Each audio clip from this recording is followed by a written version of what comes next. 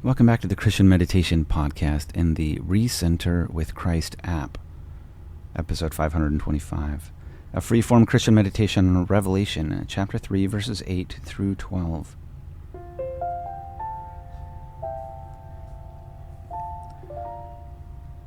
My name is Chaplain Jared, and I do this podcast to help you find more peace in your life by connecting with the true source of peace, who is Jesus Christ.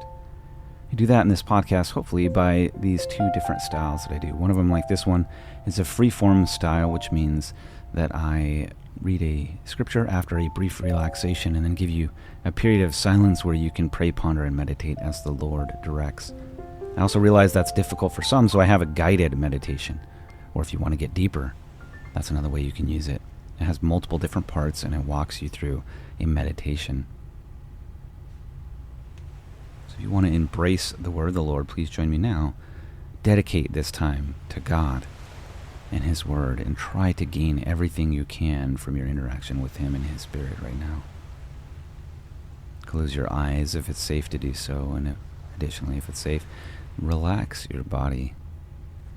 The goal now is to remove distractions that would prevent us from being able to ponder His mysteries and mercy. Take slow, soft breath into your body, unraveling any kind of tension or worry that may reside inside of you. Gently casting that out, taking upon you the yoke of God, which is easy. He knows the strength that we have, and He loves us. He knows that through His help, we will overcome and walk through the door He has offered. Revelation chapter 3, verses 8 through 12, from the NABRE version. I know your works. Behold, I have left an open door before you, which no one can close. You have limited strength, and yet you have kept my word, and have not denied my name. Behold, I will make those of the assembly of Satan who claim to be Jews and are not, but are lying. Behold, I will make them come and fall prostrate at your feet. And they will realize that I love you, because you have kept my message of endurance. I will keep you safe in the time of trial that is going to come to the whole world, to test the inhabitants of the earth. I am coming quickly. Hold fast to what you have, so that no one may take your crown. The victor I will make into a pillar in the temple of my God, and he will never leave it again. On him I will inscribe the name of my God, and the name of the city of my God, the new Jerusalem, which comes down out of heaven from my God, as well as my new name. Continue pondering this message over the next 10 minutes, praying, pondering, meditating as the Lord directs upon your heart.